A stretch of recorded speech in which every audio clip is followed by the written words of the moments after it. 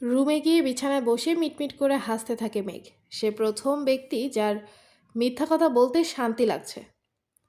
মেঘ প্রেগনেন্ট না, তার পেটে বাচ্চা আসার কোনো সম্ভাবনা নাই, কিন্তু তখন ডিভোর্স আটকাতে গিয়ে মিথ্যা কথা তাকে বলতে হয়েছে, কারণ সে বাধ্য ছিল। জামান সাহেব যে যদি সত্যি তার সাথে ফারহানের বিয়ে দিয়ে দিত, তখন রুমে প্রবেশ করে শব্দ করে দরজা লাগিয়ে দেয় আদ্রিয়ান। শক্ত চোখে মেঘকে পর্যবেক্ষণ করে, এরপর ওর কাছে গিয়ে বলে, মেঘ, সত্যি করে বলো তুমি প্রেগনেন্ট হলে কি করে? আমি আজ অবধি তোমায় ছুঁয়ে অবধি দেখিনি। এত ভদ্র স্বামীর মানে এমন মিথ্যা অপবাদ দিতে লজ্জা করে না? মেঘ বিছানা থেকে উঠে ভ্রু কুঁচকে তাকায় আদ্রিয়ানের দিকে। সামনে দাঁড়িয়ে থাকা মানুষটা যে কত ভদ্র তা সে জানে, কিন্তু তার মিথ্যা বলার কথা এখনই স্বীকার করে না। মেঘ বলে ওঠে, প্রেগনেন্ট হব কী করে? মানে বিয়ে হয়েছে, স্বামী আছে, বাচ্চা হবে, এটাই স্বাভাবিক। আদ্রিয়ান মেঘের চালাকি বুঝে ওর কাছে এগিয়ে গিয়ে হাত ধরে বিছানায় বসে। মেঘের মাথায় হাত বুলিয়ে দিয়ে বলে ওঠে, বিয়ের 9 বছর হয়ে গেছে, এখনও বাসর করিনি, অথচ বউ প্রেগনেন্ট হয়ে গেছে, কি করে সম্ভব শুনি? আদ্রিয়ানের মুখের দিকে দুষ্টু হাসি দিয়ে মেঘ বলে, বউ আপনার, কিন্তু বাসর করেন নাই, এই দোষ কার শুনি? আদ্রিয়ান মেঘের কোমর জড়িয়ে ধরে ওর কাছে নিয়ে আসে, এরপর মুচকে হাসি দিয়ে বলে, ড্রয়িং রুমে সবাইকে যে মিথ্যা বললে, এখন যদি 9 মাস পর সবাই বাচ্চা দেখতে চায় তখন? মেঘ বিছানা ছেড়ে উঠে যায় আদ্রিয়ানের কোলে, ওর গলা জড়িয়ে ধরে আবদার কোলে বসে। 9 মাস পর দেখতে চাইলে দেখবে, মিথ্যা সত্য হলে মন্দ হয় না, কি বলেন? কাঁধের উপর থেকে মেঘের হাত সরিয়ে দিয়ে দূরে সরে যায়। মেঘ অবাক করা চোখে তাকিয়ে থাকে, এরপর দূর থেকে মেঘের হাতের পিঠে চুমু খায় আদ্রিয়ান। এরপর শান্ত স্বরে বলে ওঠে, এমন পরিকল্পনা স্বপ্নে করবে না, আগে তোমার পড়াশোনা শেষ হবে, এরপর, এখন না। মেঘ মুখে ভেংচি কেটে বসে থাকে। 9 বছর আগে যদি তারা একসাথে সংসার করত, তবে হয়তো মেঘ একই আবদার করত, তাই দূরে থাকা উচিত হয়েছে, আর এখনও তাই করতে হবে। প্রায় 15 দিনের মতো জামান সাহেব আর তার পরিবার আমেরিকায় থাকে, কিন্তু বাংলাদেশে তাদের ব্যবসা বাণিজ্যের কারণে আবার পুনরায় চলে যেতে হয়। এই 15 দিনে প্রতিটা মুহূর্ত আদ্রিয়ানকে নজরে রাখেন উনি। তবে মেঘের প্রতি আদ্রিয়ানের যত্ন ভালোবাসা দেখে উনি খুশি হন।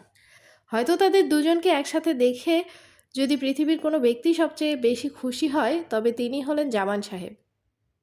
তার মৃত বন্ধুর আমানত সে রাখতে পেরেছে। মেয়েকে তালুকদার বংশের পুত্রবধূ হিসেবে দেখার স্বপ্ন তার পূরণ হয়েছে। 3 বছর পর বাংলাদেশের বিখ্যাত হার্ট সার্জনের মধ্যে অন্যতম হলেন ডক্টর আদ্রিয়ান রেদওয়ান। আমেরিকার মেডিকেল হাসপাতালের আদ্রিয়ান প্রথমে যে বন্ধুর পরিবর্তন কয়েকদিন টিচারের জব করেছিল, তার ওই বন্ধু এখন ফিরে এসেছে। যদিও কলেজ কর্তৃপক্ষ তাকে অনেক জোর করেছিল টিচার হিসাবে জয়েন করার, কিন্তু আদ্রিয়ান করেনি। আমেরিকায় এখন খুব বেশি থাকা হয় না তার, বছরে 1 থেকে 2 বার যায়, বাকি সময় বাংলাদেশে থাকে। মেঘের থেকে দূরে থাকার চেষ্টা করে, কারণ ওর পড়াশোনা নয়, বছর পরিবার থেকে দূরত্ব বজায় রেখে শুধু নিজের কেরিয়ারের উপর মনোযোগ দিয়েছে। কিন্তু সে ভুল করতে চায় না, বাংলাদেশে এক হাসপাতালে হার্ট সার্জন হিসাবে জয়েন করেছে। হাসপাতালে সারাদিন কাটিয়ে বাসায় ফিরে এসে পরিবারকে সময় দেয়। মা বাবা, ভাই বোন, চাচা চাচির সাথে সবার সাথে সুখের সংসার তার। বছরে একবার আমেরিকা যায়, তাও সেটা মেঘের সাথে দেখা করার জন্য। গত 2 বছর ধরে তাদের মধ্যে যথেষ্ট দূরত্ব তৈরি হয়েছে। মেঘের ফাইনাল ইয়ার চলছিল, তাই পড়াশোনা প্রচুর চাপ। আদ্রিয়ান তাকে বিরক্ত করেনি, যদিও প্রতিদিন তাদের ফোনে ঘন্টার পর ঘন্টা কথা হয়। আদ্রিয়ান প্রায় 3 বছর আগে বাংলাদেশে চলে এসেছে মেঘকে বুঝিয়ে। খুব কান্না করছিল মেঘ, কিন্তু আদ্রিয়ান জানে সে যদি মেঘের থেকে দূরে না থাকে, তবে মেঘ কখনো পড়াশোনা মন বসাতে পারবে না। জামান সাহেবের সাথে তার এখন যথেষ্ট ভালো সম্পর্ক। ছুটি দিনে বাবার ব্যবসার মাঝে মধ্যে বসে, চাচা বাবার থেকে ব্যবসার কাজ কর্ম শিখে, একসাথে গল্প করে। আদ্রিয়ানের পরিবর্তন থেকে জামান সাহেব যথেষ্ট খুশি। উনি তো চেয়েছিলেন তার ছেলে তার কাছে থাকুক।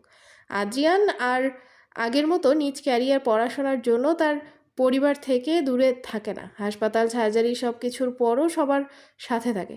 তবে মেঘের থেকে দূরে থাকা তার জন্য এত সহজ ছিল না, কিন্তু সে বাধ্য মেঘকে অনেক মিস করে প্রতি মুহূর্তে, কিন্তু তা প্রকাশ করে না।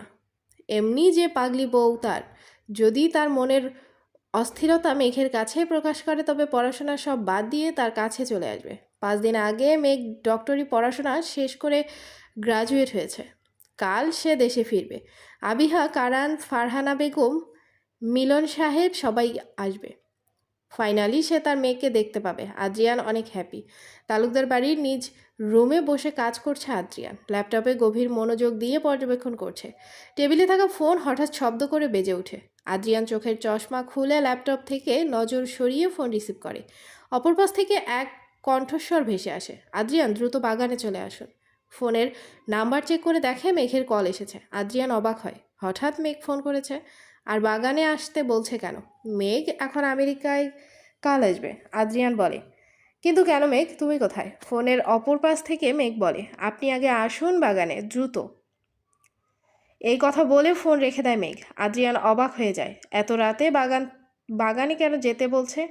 টেবিল থেকে উঠে রুম থেকে বের হয়ে যায় আদ্রিয়ান। সিঁড়ি দিয়ে নিচে নেমে সদর দরজা দিয়ে বাহিরে চলে যায়। ঘুটঘুটে অন্ধকার, বাগান চারপাশ অন্ধকার। বাগানে আজ লাইট জ্বালানো হয়নি। আর এই অন্ধকারের মধ্যে মেঘ কেন আসতে বলল? কি কারণ? আদ্রিয়ান আশেপাশে তাকিয়ে বলে, মেঘ, মেঘ।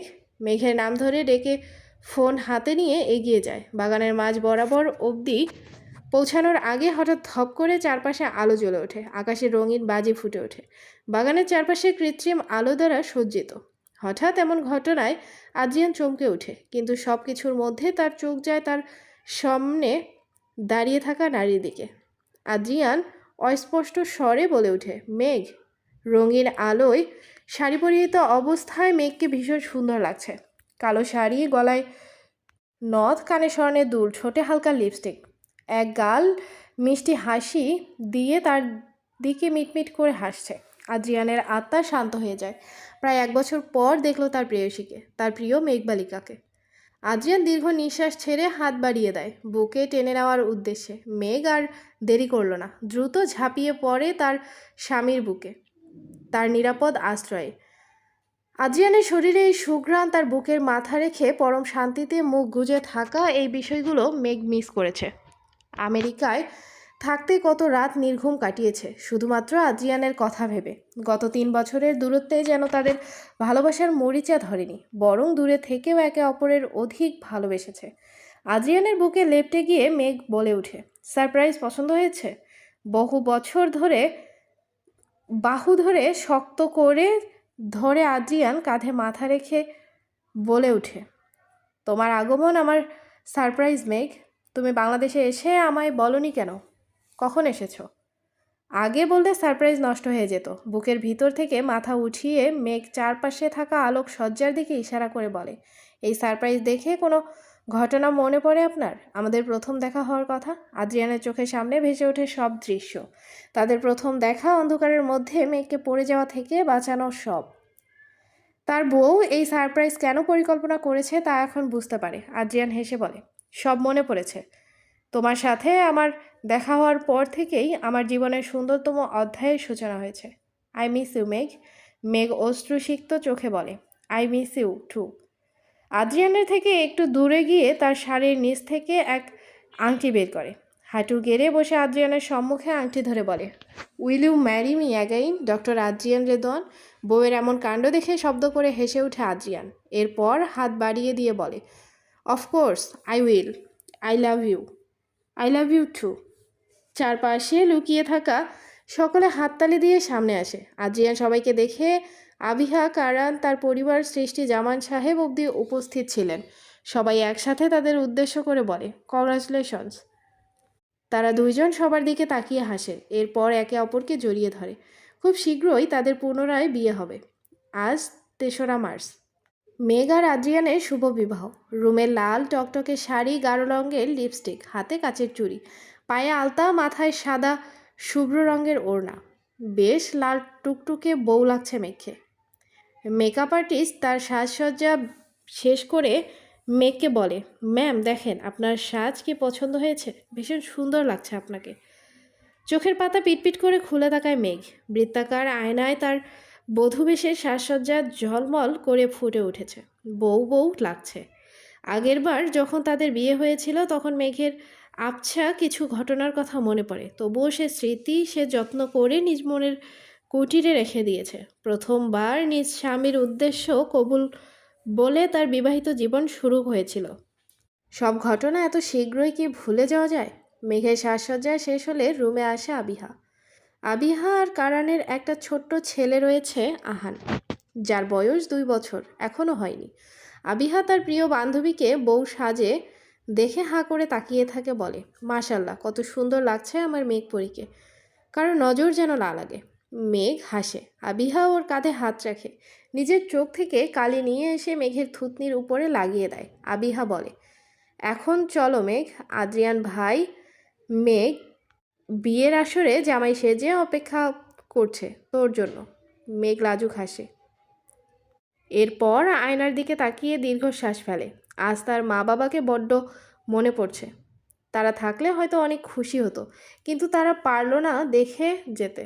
মেয়েকে নিয়ে রুম থেকে বের হয় আবিহা। দরজার বাহিরে দাঁড়িয়ে আছেন জামান সাহেব। মেঘ দরজা খুলে বের হয়। জামান সাহেব একবার তাকায় মেঘের দিকে। কত সুন্দর লাগছে আজ তার মেয়েকে। চোখ জুড়িয়ে যাচ্ছে তার। 14 বছর বয়স থেকে মেয়েকে নিজ মেয়ের মতো বড় করেছে সে। আর সেই মেঘ তার ছেলের বউ হয়ে তার ঘরে যাচ্ছে। জামান সাহেবের 2 চোখ যেন পড়তে পারে মেঘ। সে বলে, বড় আব্বু, কেমন লাগছে আমায়? জামান সাহেব মেঘের মাথায় হাত দিয়ে বলে ওঠে, তালুকদার বাড়ির বড় গিন্নি, আর আমার মেয়ের মতো লাগছে। জামান সাহেবের কথা শুনে মেঘ হাসে। এই মানুষটা সত্যি তাকে কখনো বাবার অভাব বুঝতে দেয়নি।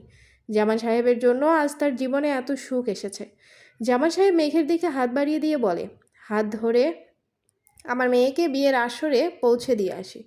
জামান সাহেবের কথায় মেঘ সম্মতি দিয়ে বলে ওঠে, চলো বড় আব্বু। মেঘ জামান সাহেবের হাত ধরে সিঁড়ি দিয়ে নিচে নেমে যায়, পা বাড়ায় বিয়ের আসরের উদ্দেশ্যে। তালুকদার বাড়ির সামনে ফাঁকা অংশে বিশাল বড় এক বিয়ের আয়োজন করা হয়েছে। শত শত অতিথি, বন্ধু বান্ধব সকলে এসেছে। তিহান আর নুহাও এসেছে। ওরা বর্তমানে রিলেশনে আছে। গত 3 বছরে তাদের মধ্যে একটু একটু করে বন্ধুত্ব গড়ে উঠেছে। কখন যে একে অপরকে ভালোবেসে ফেলেছে তা বুঝতে পারেনি। নুহা তিহানের পাশে সবসময় থেকেছে। নিজের প্রিয় শত্রুকে ভালোবেসে ফেলেছে তিহান। আর জিয়া, ওর বিয়ে হয়ে গেছে এক ডক্টরের সাথে। হাসপাতালে থাকা অবস্থায় পার্থ নামের এক ছেলে তাকে বেশ পছন্দ করত, কিন্তু কখনো বলার সাহস হয়নি। জিয়া আদ্রিয়ানকে ভালোবাসে এই ভেবে সে তার ভালোবাসা প্রকাশ করেনি। তবে আদ্রিয়ান বাংলাদেশে চলে আসার পর জিয়া একা হয়ে যায়। হাসপাতালে তাকে একাই সামলাতে হতো। তখন তার নিকটে আসে পার্থ। কাজ করার সুবিধার্থে তারা একসাথে থাকতো। এরপর প্রেম, বিয়ে। জিয়া এখন বুঝতে পারে ভালোবাসা আর পাগলামির মধ্যে হাজার খানিক পার্থক্য রয়েছে, আর পার্থক্যে সে ভালোবাসে। জিয়া নিজেকে খুব লাকি মনে করে পার্থর মতো এমন হাজব্যান্ডকে পেয়ে। তারা এখন সুখে সংসার করছে। বিয়ের স্টেজে বয়সে যে বসে আছে আদ্রিয়ান, তার মধ্যে এক অদ্ভুত নার্ভাসনেস কাজ করছে। মেয়েকে বউ সেজে কেমন লাগছে তা বড্ড দেখার ইচ্ছা করছে তার। আদ্রিয়ানের অপেক্ষার মধ্যে সদর দরজা দিয়ে বউ সেজে বাহিরে আসে মেঘ। সারা জায়গায় জুড়ে লাল কার্পেটে আর অভিনব সাজসজ্জা। আদ্রিয়ান উঠে দাঁড়ায়। জামান সাহেব হাত ধরে এগিয়ে আসে মেঘ। তার চোখে পূর্ণতার হাসি। 12 বছর পর নিজ ভালোবাসার মানুষকে পুনরায় বিয়ে করতে যাচ্ছে সে। অবশেষে তার অপেক্ষা সার্থক। একতরফা ভালোবাসাকে হারিয়ে নিজের প্রিয় মানুষের মন জয় করে নিল। মেঘকে বউ সাজে দেখে আদ্রিয়ান এক দৃষ্টি তাকিয়ে থাকে। তাদের দুইজনের চোখে জল। আদ্রিয়ান চোখ দিয়ে ইশারা করে, সব ঠিক আছে মেঘ, অবশেষে তুমি আমার। স্টেজে এগিয়ে আসার পর আদ্রিয়ান হাত বাড়িয়ে তাকে সাদরে গ্রহণ করে নেয়। পাশাপাশি 2 চেয়ারে বসে আছে তারা। কাজী খাতা বের করে, নাম পরিচয় পড়ে এরপর মেঘকে বলে, মা, তুমি কি এই বিয়েতে রাজি? রাজি থাকলে বলো কবুল। চোখের পানি গড়িয়ে পড়ে মেঘের। শান্ত কণ্ঠে বলে ওঠে, কবুল, কবুল, কবুল। কাজী পুনরায় আদ্রিয়ানকে জিজ্ঞেস করে, তুমি কি মালিহা জান্নাত মেঘকে নিজ স্ত্রী রূপে গ্রহণ করেছ? তবে বলো কবুল। আদ্রিয়ান তার মনে সুপ্ত খুশি লুকিয়ে রেখে বলে কবুল। সবাই একসাথে বলে ওঠে, আলহামদুলিল্লাহ। নতুন বর বধূর উপর ফুল ছড়িয়ে দেয়। স্টেজের এক কোনায় দাঁড়িয়ে আছে নুহা আর তিহান। তিহান তার হাতে থাকা ফুল নুহার দিকে ছুঁড়ে দেয় আর বলে, নুহা, ওদের দুজনের বিয়ে দেখে আমারও বিয়ে করার ইচ্ছা করছে, চলো না বিয়ে করি। নুহা মুচকি হেসে ভাব দেখিয়ে বলে, আমি রাজি না। তাহলে উঠিয়ে নিয়ে বিয়ে করব। আচ্ছা, মিস ঝোগরুটে বউ হবেন আমার? নুহা হেসে বলে ওঠে, হব মিস্টার শয়তান। রাতের আকাশে অজস্র তারার মাঝে আজ এক নীলচে তারার উদয় হয়েছে, যার নিভু নিভু রশ্মি এসে পড়েছে দুই বিবাহিত দম্পতির উপর। তাদের পূর্ণতার হাসি যেন চারদিকে নীলচে আলোর ঝলক তৈরি করেছে।